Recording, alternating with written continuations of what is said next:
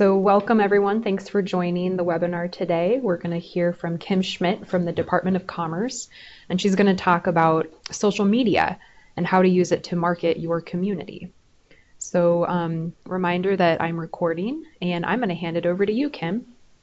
Okay, well, thanks for having me today, Emily, and hopefully everybody can see my screen okay. Feel free to comment and give me a thumbs up if that you can see it, and if not, let us know so we can be sure that you get to see what's going on. And so I'm just going to talk a little bit today about social media marketing, and if anybody has any questions, please feel free to comment in, and I'd like this to be as open form as it can be. So like I said, answer any questions as we move along here. We'll dig right in, and so I know as social media marketers, sometimes you get to your desk in the morning and this is the first thing that you see and do is social media. And if you're stressed, as I know that I am at times, I'm here to tell you that you're not alone, and that we're going to just talk through some different ways to hopefully overcome some of those stresses that you have as a social media manager within your office. And so just a few things that we're going to go through today in leveraging social media is strategy. We're going to talk a little bit about strategy, optimization. We're going to talk format and content. Since content is still king, we're going to drill on that a little bit. We're going to talk a little bit about tools and shortcuts, and then also marketing results. So I'm just going to keep moving right along here. Social media strategy. So a few things about social media strategies. There's 7 different parameters that you can kind of lump things into, and so you want to quantify your objectives. So what is it that you want to accomplish with your social media channels? That'll also help you to decide which platforms to go with, and then also do a little bit of homework before you decide which platform to get on. Have you studied your competitors? Have you studied what some of your cohorts are doing in other communities or in other states? Talk a little bit about your tone. How do you want to communicate? Do you want to be conversational? Do you want to work towards engagement? And then also talking a little bit about targeting different influencers or different groups that can help to elevate the status of your content. Choosing a relevant platform, we're going to talk a little bit about that. Listening is a really big part of social media, as well as measuring and evaluating your different strategies. And so we're going to talk a little bit about results, as I had alluded to earlier. So let's talk a little bit about what's trending. Since we all know that social media is extremely important, and it's really an extension of your marketing arm. I know for those of you that had an opportunity to listen to Sarah as well as to Heather Lemoyne from our office, they talked a lot about marketing 101. Well, think of social media as just an extension of your marketing arm and how you can take your branding to that next level. 81% of consumers right now are purchasing decisions are influenced by their friends and things that they're seeing on social media. Millennials are 1.6 times more likely to use digital channels to learn about new products. Another factoid is that with more than 2 million active users, Facebook is still probably the most popular and the top platform to consider when looking at social strategies. Instagram is definitely growing quite rapidly. It's 15 times greater than Facebook right now, and it's very image-rich content that you're going to look at for Instagram. 40% of Twitter users are aged between 18 and 29, and then YouTube is also one of those platforms that it's important to be on, and people are really into the video content. So consider YouTube and those types of things when looking at developing assets. Let's talk a little bit about some of the strengths of the social platforms.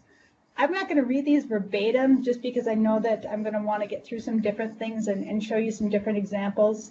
But I believe that Emily has shared this presentation with you, and you can feel free to take a look at that. And if you have any questions as to which direction to go with platforms, feel free to reach out to us here at Commerce, and we can help you out with that. Facebook is, of course, the all-encompassing, the most popular one still at this point in time. This is one where people are allocating probably more resources in digital marketing dollars to is Facebook at this time. Twitter also comes in as a close second, but Instagram almost on top of that. It just depends on how you want to communicate your different messages. If you have something that's very image rich, definitely consider Instagram as part of your social media strategy. And then LinkedIn. LinkedIn is also very similar to Facebook in the way that the functionality is of it. It's just utilized more for developing those relationships or for job seekers. A lot of job seekers will have their resumes on LinkedIn and utilize that tool as well. Moving along and talking a little bit about overall best practices. These are just 4 sort of buckets that we look at. We look at consistency, we look at interaction, social listening, and avoiding controversy. So when you're looking at consistency, how many times do you post a day? What's sort of the accepted format for looking at times? Am I posting too much? Am I not posting enough? This is just sort of what we've come up with, a happy medium for our consistency as marketing the state and the image of the state. And so looking at roughly 2 to 3 on Facebook per day. Twitter is a little bit more intense with the 3 to 5 daily. Instagram, you can get by with 1 a day, and then LinkedIn, of course, is a little bit less. Interaction with social media, there again, it's a two-way street. Be sure that you are following along. Don't just put a post out there on a Monday and come back and check it on Friday. Be as interactive as you can, because that is the whole purpose of being social on social media, is just to engage in some of those conversations. Social listening. This is also talking a little bit more about listening to what your audience is saying, and that will also help you in structuring some of your posting in the future as far as your content. And then avoiding controversy. I know that is something that is a big concern for a lot of people getting into social media is, how do I, as a social marketer, avoid some of the controversy, some things that I want to be aware of. These are just some kind of do's and don'ts of, just staying up to date with your content and staying on top of things, and talks a little bit about, how to avoid some of those controversial issues, if at all possible. And so let's start off with Facebook, since it is probably the most popular platform. It's talking just a little bit about choosing, an appropriate Facebook profile. The look of your business, the look of your company, you want it all to meld in with your marketing, with your branding efforts. Selecting a unique and easily searchable handle. For us on Twitter, we're at North Dakota, because that is what we represent as North Dakota. And then we also have some of our travel components, our Travel ND, Experience ND. We've tried to meld all of our different commerce personalities so that they can coincide and mix and match with each other. And so keep that in mind as you're branding your different platforms across the social parameters. Step 2, the fill in the about section. Make sure that you have all of that information filled out as well. And that is an opportunity for you to showcase a little bit about who you are, what you do. I'm just going to try and see. Can you guys see this Facebook screen that I just drug over here? Yep. Okay, great. So this I just wanted to show you, because I know a lot of people say, well, where can I put my, the appropriate ways to handle this social media account? And we put our sort of expectations of our social media audience within the impressum. So within this, it kind of gives us the right to do different things with comments. So if people are using it inappropriately, or they're using it and it's getting too politically charged in nature, or it's comments that are not complimentary of what it is that we are trying to see and do and promote for the state of North Dakota, we have the right to hide or to delete those comments. And we have it all built within this impressum, and that's located in the About section on your Facebook page. And so this is where we have all of this information right here, and it does give us the right to do that. And then I did talk a little bit about that. That's this here in step 3 over here in the extras.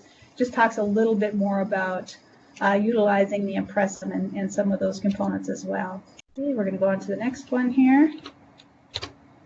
Then Twitter as well. So I won't get into great detail with these, but here again we talk a little bit about creating a unique searchable handle. Even with Twitter, it's more important because we do more tagging on Twitter. And so if you can have a short, succinct handle that complements your other branding strategies, it's just going to help in elevating both your brand as well as others tagging you within their posts, because that's the whole thing with social media, is you want to be collaborative in a lot of your efforts. And so if you have an event going on in your community and you want to maybe tag some of the performers or some of the talent or any of those types of things that are going to be in attendance, that's an opportunity to do that within some of these social platforms. And that's where the creation of a social media handle comes into importance. And then just writing your bio. Be sure that you have a complete and succinct bio. I know Facebook now, it offers you the ability to tell your story a little bit more in depth. I'm just going to pull this over here so I can show you what I'm talking about. So within this, you now have this new area where you can tell a little bit of a more in-depth story about you. So be sure that this is filled out, because I know I go out to a number of different pages and this about section is not completed, and it's a missed opportunity to tell the story about who you are, what you do, and it's just more of an elaborate opportunity to tell your story. And then we're just going to go into Instagram. I won't, like I said, I'm not going to go into great detail with these, but know that you have these tools out there, and they're just sort of step by step in how to keep your brand cohesive within these given platforms themselves. And now with Instagram, it's not so much the linking of content, it's more the tagging on Instagram itself, because you don't have the ability to drive people to your website per se as you do on Twitter and on Facebook. This is more of a having the conversations right there on the platform itself. And so this would be an example of what you might see on an Instagram page, for example. So this would be a post, and you just look for some of these different hashtags and opportunities to tag different people within the different images. And you can just tell kind of what your engagement levels are. This one here had 11 different comments, and you can see how the conversations take place right on this given platform rather than linking back to other content. Now let's talk about imagery a little bit, because imagery is extremely important in social. And we're just going to talk a little bit about how high quality images can sell your community, can sell your product, depending on who's looking at you. It's extremely important to have very visual elements when building your social platforms. And so identifiable profiles. So when you are selecting sort of some different, the little profiles, or the favicons, I like to call them, to identify your different platforms, try to keep them simplistic. Keep it simple, keep just maybe a solid background, or complement with your existing branding efforts. Or if you're going to do an image, be sure that you have your logo standing out there, because when you're scrolling through social media, keep in mind that you need to be able to stand out, because it goes this fast. When you think of the thumb stoppers, this is what you have to compete with. This is how quickly people are scrolling through social media. So think about how you want this to definitely stand out amongst the slew of other ones that happen to be here. So you can see some of these images maybe aren't as prominent and don't stand out as those that have a logo, or those that complement their existing platforms that are recognizable. And then it also helps you to, if you have to manage multiple accounts. So for us, from our travel accounts to our state government accounts to some of our experiential accounts, we try to have all of them have a little different personality, yet they all are very, they can tie in and blend with one another and complement one another when laid out in a space like this. And then I've put these little kind of shortcuts in there for you as well. So if you're wondering how large does my image have to be, so that I'm not, just having the midsection of these show up on my profile page. And so these are the different dimensions that I've included for you across all the different platforms, so you know how to size your imagery when you're putting these images out on your different platforms. So there was Facebook, here's Twitter for you, here's Instagram, because of course this on Instagram is primarily mobile use. And so you want to be sure to have the right components and the right sizes for those. And then also for your LinkedIn and your company pages, so that you have the right parameters when putting these assets into those different platforms. So different types of imagery. Imagery, like I said, is extremely important when you're wanting to develop different content. And so high quality photos, those that are going to be sort of those thumb stoppers as they're scrolling through, what's going to capture the eyes of those that are scrolling through your content. Also video. On average, videos receive a 20% higher engagement rate than content with a photo. And so if you have the ability to go out and get some video, and it doesn't have to be, high-end video, the messier the better at times. And if it's organic and authentic content, it's going to resonate typically really well with the different audiences that you're trying to capture when you're promoting your community or you're promoting your different events. Think about how you can go out and capture an event taking place, or maybe it's a ribbon cutting, or maybe it's something else going on within your community. Don't hesitate to do some of those things live on your Facebook channels or on your Twitter feeds, because live content is also definitely rising to the top when you're looking at different engagement levels. And then user-generated content. Also, the nice thing about user-generated content is it is other people's opinions, it's their thoughts, it's their experiences that they had in your community. So we strongly encourage you to engage with and try to utilize some of that user-generated content, because it just helps to sell your community if it's others that are having those experiences. And then formatting of posts for Facebook. So here we're going to talk a little bit about tagging different partners and getting some of that engagement and that cross collaboration that helps to boost those posts at different levels. And so when you're looking at Facebook, just be sure that when you're properly tagging your partners, be sure that you have the correct name.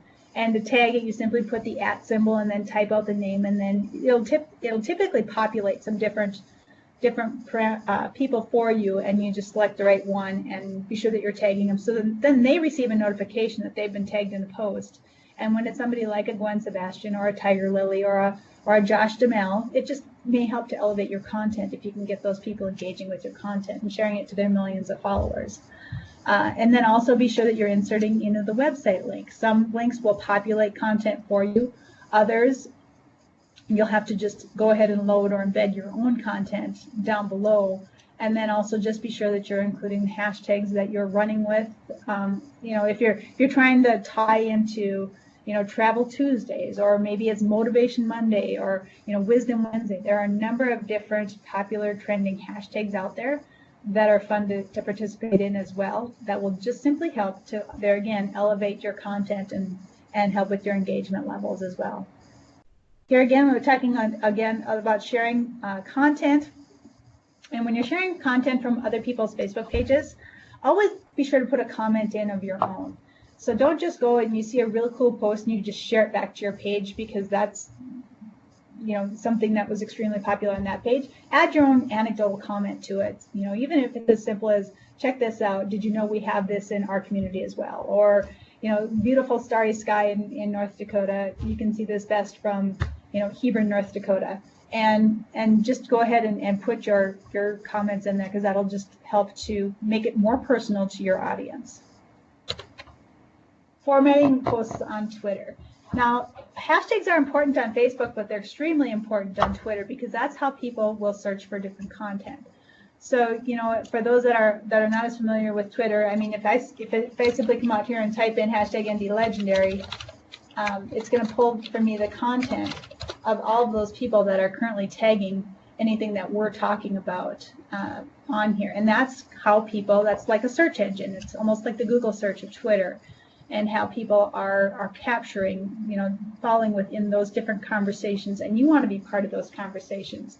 And so, even if it's your community promoting something, I know that Gordon is a great photographer, and he does a great job of hashtagging things #NDLegendary, and he flows into these same conversations as well. And with only 280 characters on Twitter, you have to be very crisp and clever with that content. And with Twitter, the recommended hashtags is about 1 to 2. And then, the hashtags that we run with are #NDLegendary and #BNDLegendary. However, we will add additional hashtags for those that I had mentioned earlier to fall into conversations of the Motivation Monday, or the Wisdom Wednesday, or the Sunset Sunday. And then you definitely want to link back to your content on Twitter as well. So if you're putting your marketing dollars towards your website, that's your opportunity to push people back to the relevant content. Here we go again, talking a little bit about sharing content. And the best practices for sharing on Twitter are quite flexible. You can retweet directly. You can retweet with comments. There are multiple ways to share content and have conversations within Twitter itself. And so here again, you can put in your own retweet with a comment is what we would probably recommend, just because there again, you're personalizing it to your audience. Formatting posts for Instagram. Now Instagram, you can have many more hashtags. 2 to 6 is probably the recommended number of hashtags to include on Instagram, because you can be more conversational with Instagram and include yourself in, the no boundaries, the I love this man. Just different applicable hashtags to whatever sort of content that you're sharing. And then be sure to tag your partners as well as photographers within the given posts, because you want to give credit back to the photographers in here too. You just put the little camera image and tag the photographer to give them the appropriate credits. And not only that, but then that photographer has their own following. So not only is it the appropriate thing to do, but it also helps to get your name and your branding in front of all the followers of that given photographer as well. And LinkedIn, here again, posting directly, it's one of the largest social networks for professionals and for colleagues. So if it's for job seekers and for those that are wanting to be conversational or to talk about different job opportunities within your communities, LinkedIn is a great place to do that. And then also can talk about some of the fun things to see and do within your communities, because that's where those job seekers that's what they're looking for is, if I'm going to move to this community, what is there for me to do? This is your opportunity to showcase and sell your communities on the LinkedIn platform. Now let's talk about organizing your content a little bit here. We have all this content. How do we keep it all, within some sort of a scope or a sphere so that we can be strategic with it? What we do in Commerce here is we have an online content calendar that we all sort of chime into. We put this together at the beginning of the year, and then we try to weave different topics throughout the year into it, but we just have this overarching theme of things that we want to talk about throughout the year. So that might be something you want to do with your team is sort of sit down and think about what are some of the big events that we have within our community. Let's be sure to get that on our calendar, as well as how can we seasonally tie into other things that are taking place around the state. And that helps us, to promote around different community events, holidays, etc. Any big events coming up, any conventions or conferences that you're going to be playing a big role in or a part in. You want to be sure to have all of this stuff in your content calendar, and then also figure out how you can tie back to your website and push people to that content on your website. And then we're going to talk a little bit about social tools and shortcuts. And so I know that for a lot of people it can get overwhelming to try to figure out how do I manage these multiple platforms across, and try to keep it all in one house. There are a number of different platforms out there. There's NetVibes, there's Socialite, there's TweetDeck. We use Hootsuite internally. That's what we use, and it looks a little bit like this. So I can follow the different social platforms that we have, and this is what it kind of looks like in real time. And then I can go into the different accounts. So this would be just one experience. I can see what I've scheduled. We can see what we have for the tweets that we currently have out there. We can see what we have for engagement, who's following along with us. If there is something interesting within our mentions, we can retweet right from this platform. We can go and engage and say, kind of thank you for the mention, give them a like on that content for mentioning us and tagging us within those posts. And so tools like a Hootsuite can definitely help to save you some time and effort. And because you can schedule ahead of time, these are both scheduled for today yet, and they're going to post later on this afternoon, one here in a half an hour. And it also helps you stay on top of some of the trending hashtags. And so the hashtags that we watch for the hashtag #NDLegendary or the hashtag North Dakota, we can go right into this given platform and see exactly what some of these conversations are that are taking place right here in Hootsuite. And Hootsuite is, for the intro for Hootsuite, to just do the basic things and watch your one channel is absolutely free. And I think the next step up is $5.99 a month. So it's an economical platform. You don't have to spend a ton of money to keep an eye on all of the different content taking place throughout your different platforms. And we're just going to talk also a little bit about budgeting for social media. Social media organically is very challenging. We have shifted a number of our marketing dollars to social media. We understand the importance of how the growth of social media has impacted the way that we spend our marketing dollars. And so with that being said, you can't just put a post out there necessarily and hope that it'll take off. It helps if you can start to build that audience by allocating dollars to promoted posts or to overall campaign efforts. And these are just a few of the different social ads that we've put out there. We had very good luck last year with doing the Canvas ads, which gives you kind of the opportunity to tell a brief story about whatever event or experience you want to promote. And that's all within this is within the Facebook platform itself. They have it's a very simplistic, straightforward platform to walk you through how to set up an ad.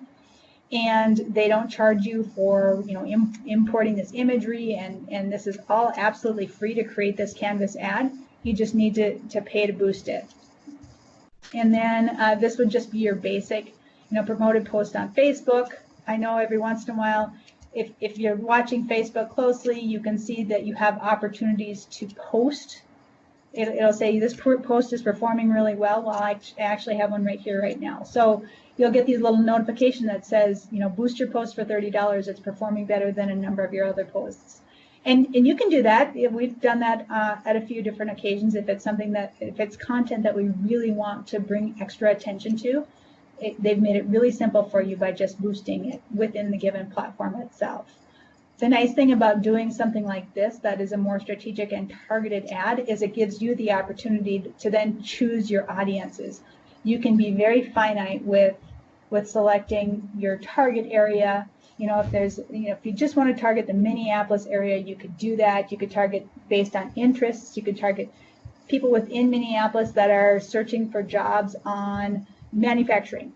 You can specifically target given audiences within these different platforms, which is very nice about having those strategic campaign efforts and marketing dollars so that you can do that and have the opportunity to do that. Next up, we're going to talk a little bit about results. So we did the marketing, and then here, as I mentioned, a number of these platforms, they all have different results. So you can see how well your posts are performing, what's resonating with your audience. You can look at both impressions and engagements. And this is what Instagram looks like. It shows you, what sort of content is rising to the top. This is what the Facebook one. This is just a snapshot of your Facebook insights. It's really easy to get to that. So if we want to take a look at something like this, it's right here on the top, and we can it'll give you this once over, quick look at, how's my post performing, time of day it'll give you as to when you should post. And I think I have that one on this screen, when to post, what to post. On our experience pages, we find that, instead of coming in and posting at 9 o'clock in the morning, we try to schedule some things into the evening, because if you look at what our peak times are 8:30, 9 o'clock at night, which makes sense. That's probably when most of us have the opportunity to look at our social platforms, is in the evening. And so we do try to schedule some posts when we know that people are going to be watching that content. And then you can look at your different impressions on Twitter. It can give you a nice snapshot of a 28-day period. And you can go into these given bars, and if you click on these, it'll tell you which content it was that performed well, time of day that it performed. So you can drill down and see exactly what's going on in these platforms. And then also, the video content links, it'll tell you what's resonating. And here again, no surprise, video content is rising to the top in a lot of the different platforms that we have. And then you can get to know your audience. So this is a Twitter snapshot in the back end of our experience pages. We can tell, are they interested in dogs? Are they interested in comedy? Is it tech? What's the demographics? We can break down, do they purchase things online? What are their interests? What are they searching on? And then you can also look at insights as to where they're searching from. Are they from in-state? Are they from out-of-state? And you can kind of get, age demographics as well.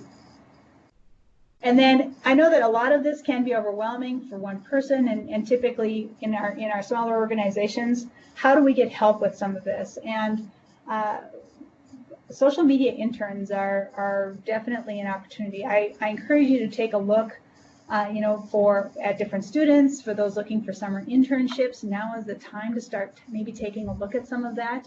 You can find talent within your own community. As it's my 14-year-old daughter that usually tells me what's going on in social media. So it's the young people in our communities that we need to start taking a really close look at, helping to do some scheduling and helping with some of those social media platforms as well. And then let's talk, and then just what matters, what sets you apart from others? How are you telling your story? It's important to be telling your story. You want to make it a positive experience, and just do your best to showcase what you have in your community. That's what social media is all about. And I guess that I moved through extremely quickly because there were no questions in the middle of it. So with that, I will open it up to any questions that anybody might have. Okay. So when you talk about hashtags, I am familiar with hashtags. I'm a millennial. I use them sometimes, but I have to admit, I don't really understand, I guess, how you figure out what hashtags are trending. And I imagine that, other people might have the same question. So when you talk about hashtags that are trending, can you talk about what that means, why it's important, and then how you would figure out which ones you want to use? Absolutely. And I'm talking trending hashtags for the most part. If you look at your different platforms, you can see on the sidebar, it'll tell you what the trending hashtag is of the day. But I guess what I'm speaking to is more the conversations that you can become a part of. And so in doing your research, for us within the travel scope, we know that there's Travel Tuesday. You can see these typical ones that are out here. Well, here's Travel Tuesday. We know that that's trending. And so on Tuesdays, we want to talk. We know that they're primarily talking about travel. And so you can go out there and you can become a part of those conversations. But there's also, like I mentioned, Motivation Monday. And what you can do is you can go out and you can do a search based on things within your sphere. So if you're wanting to know a little bit about economic development, there are different trending hashtags within that topic as well that you can simply go out and search on the platform. So if you just even would want to search economy or economics or what have you, it might populate some trending hashtags within that sphere, or you can Google search some of those as well. As I said, I'm more familiar with ones within the travel scope, so I know that there's a Travel Tuesday, and I know that for photo-centric folks, it's Photo Friday or it's Sunset Sunday. And then you simply just have to do a search on those for Sunset Sunday, and then it'll populate all of the conversations taking place within that given hashtag. And then that's where the multiple hashtags come into place as well. So within Sunset Sunday, that's when we would also include our hashtag ND Legendary or hashtag BND Legendary, so that hashtag is floating within those conversations taking place. So if I'm searching, just like I did for here, I wouldn't have been aware of Cape May Lewis Ferry having this beautiful photo, but since I went and searched that, they might also have another hashtag in there that I might be interested in following for more content just like this. Does that make sense? It does. That's a great explanation. Thank you. Sure. So one thing that you mentioned early on in the presentation was the ability to leverage user-generated content. And this is great because people love being recognized for what they're doing and what they're sharing. And it also makes our jobs easier because we then don't have to go out and take that picture and share the post. But I'm wondering if you can talk about how to find user-generated content and how to use it and make sure that you're crediting people. Maybe is there a process that Commerce uses for using user-generated content? For the most part, we simply ask. Since social is all about having the conversations, if there's a photo that we really like, we ask. But for the most part, we include this right here in our intro and say that we are given regram permission if they tag hashtag ND Legendary. So right now, if I go out and search hashtag ND Legendary, and if I see a photo that I like, we have the freedom to go ahead and regram it because by them tagging this, we know that they are aware that we can regram it. And so if this is a photo that we really want to promote, or if this one is, we can either reach out to Tanner and say, hey, Tanner, love this photo. Would it be okay if we shared it? Or since he hashtagged it Indie Legendary, we can go and we can regram this photo and then we give him the credit back on that photo, just like we have.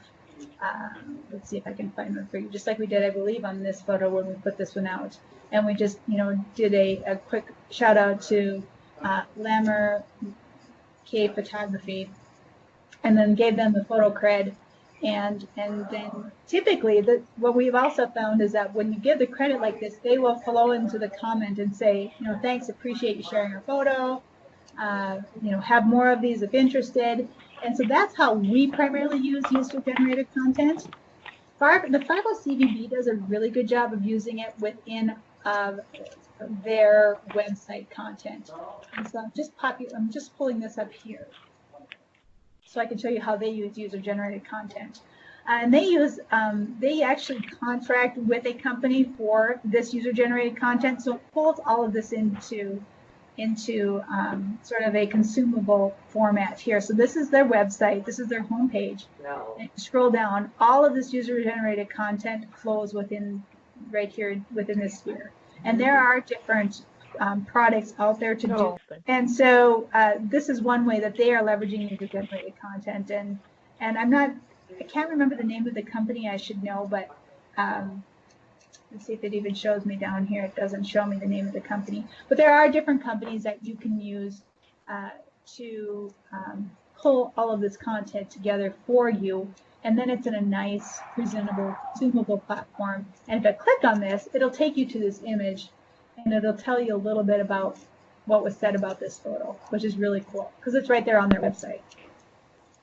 Perfect. And so just for clarification, so you're saying that if someone uses the hashtag like ND Legendary or B Legendary, they're basically giving this account permission to repost it.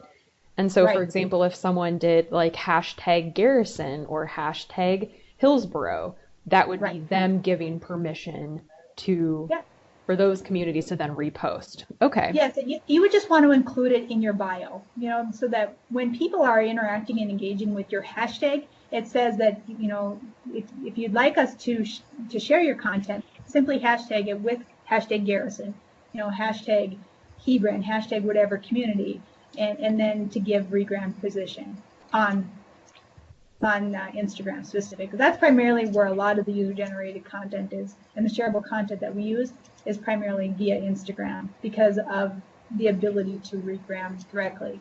And then also to tell your stories. If you haven't explored some of the different story options on Instagram, these are extremely cool ways to tell your story right here on Instagram. And this is all free. This is all free to do. You simply just need to pull your imagery into either a video or into photos. You can just do a photo gallery here to tell your story. It's pretty straightforward on Instagram to do that. Good deal. So you mentioned regram, and I'm assuming that means reposting something on Instagram. But you also mentioned the benefits to using a screenshot or a screen grab before you share something. Can you talk about what the difference is and maybe what some tools are for that? As far as a screen grab, for screen grabs, we primarily would just do snips. And so, and you can do that with the regram as well. So if this is a photo that we like, you could just use your snipping tool that comes with your Microsoft account primarily. I think everybody's familiar with the snipping tool. And then you can simply snip this. Let me see if I can get it to work for me here quick like. You can simply just snip the photo like this. You can box it out how you want to. You have your image, you save your image, and then when you take and you upload that to your given platform, you put your photo cred into, tag whomever it was for the photographer with the photo credit, as long as, that means that this individual already gave us permission to use it, and that's how we would use it, is just a straightforward snipping tool. Now, on your On your phones yourself, there are some different apps that you can utilize. There's one called Repost that you can use for Instagram, and I have used that one if you want to post directly from your phone. But if you're wanting to utilize something like this back to your Facebook account, you can snip this content and take it right over to your Facebook account and share it that way too. Is that kind of what you were thinking, Emily? Yeah, exactly. Thanks for the info. Sure. Okay. So Kim, last question for you. Hypothetically, if a community only has time to focus on one or prioritize one platform, what would your suggestion be? Even with the growth of Instagram, I do believe that Facebook is still the strongest platform out there. It's very straightforward, and it's the most popular one still to date.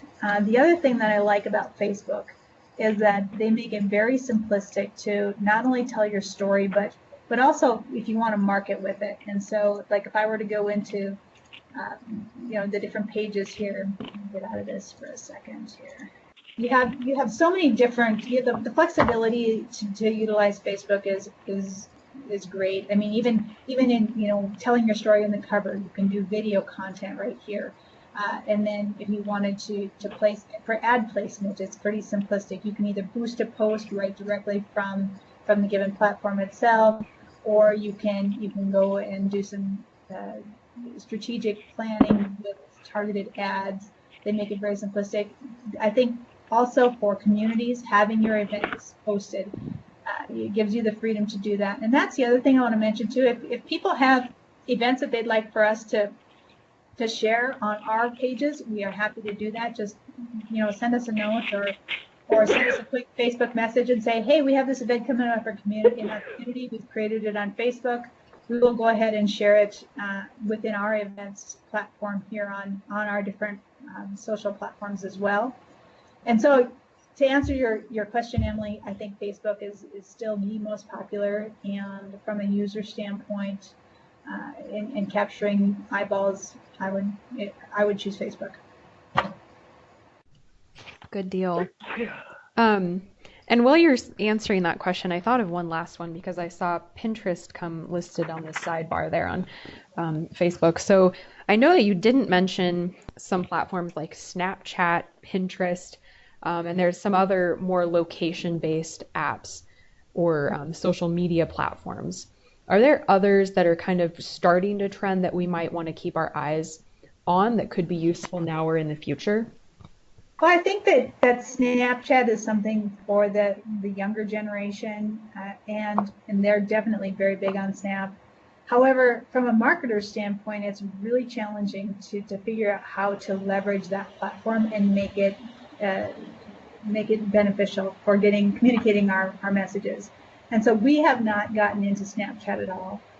Forward thinking, we do have a Pinterest account, and we do have content out on Pinterest. However, there again, it just depends on the story that you want to tell. We have our storyboards out there. However, we don't put any marketing dollars or efforts behind our Pinterest account. It's more just there. It's just there to tell the stories for those that are engaging on that platform. But Instagram, Facebook, and then YouTube would be the other one to keep an eye on, because YouTube is still constantly growing. It has the most interaction and engagement. We just posted this new video of Josh in the Heritage Center, so if you haven't had a chance to go out and see it, I think that one just went live a little bit ago. But this all lives and breathes on our YouTube account as well. And so it's a nice place to store your video content. And we know that people are searching for videos. They just are. And I strongly recommend that you do that, as well as the growth of live. I think we all know that anytime somebody goes live, you're notified if you follow that account. You're going to be notified that this account's just gone live if you want to see what's going on, and it just helps to stimulate engagement on your account as well. So if you have an opportunity to do anything live, we know that is also constantly growing, and engagement levels are very high on live content. All right. Thank you, Kim. That was a lot of information. So I know I'm probably going to be revisiting this recording at some point. And I'll make sure to share the link out with everyone else too. So if people have questions, it looks like you have an email address there on the page. Is that the best way for people to get in touch with you? To get in touch with me, it would be ksschmidt@nd.gov, or you can call us directly here at Commerce. This is our overall marketing team, and so all of us can answer questions. So if it's related to anything within the marketing scope, if it's your website, if it's anything to do with marketing platforms or brochures that you have going forward, this is sort of the all-encompassing catch-all. And you can also ask me questions here about social media, because we check this account on a regular basis. But me directly, I'm ksschmidt@nd.gov. Excellent. Well, thank you so much, Kim, for your time today. And thanks to everybody who joined. I really appreciate the chance to learn about social media. And I hope everyone has a great day.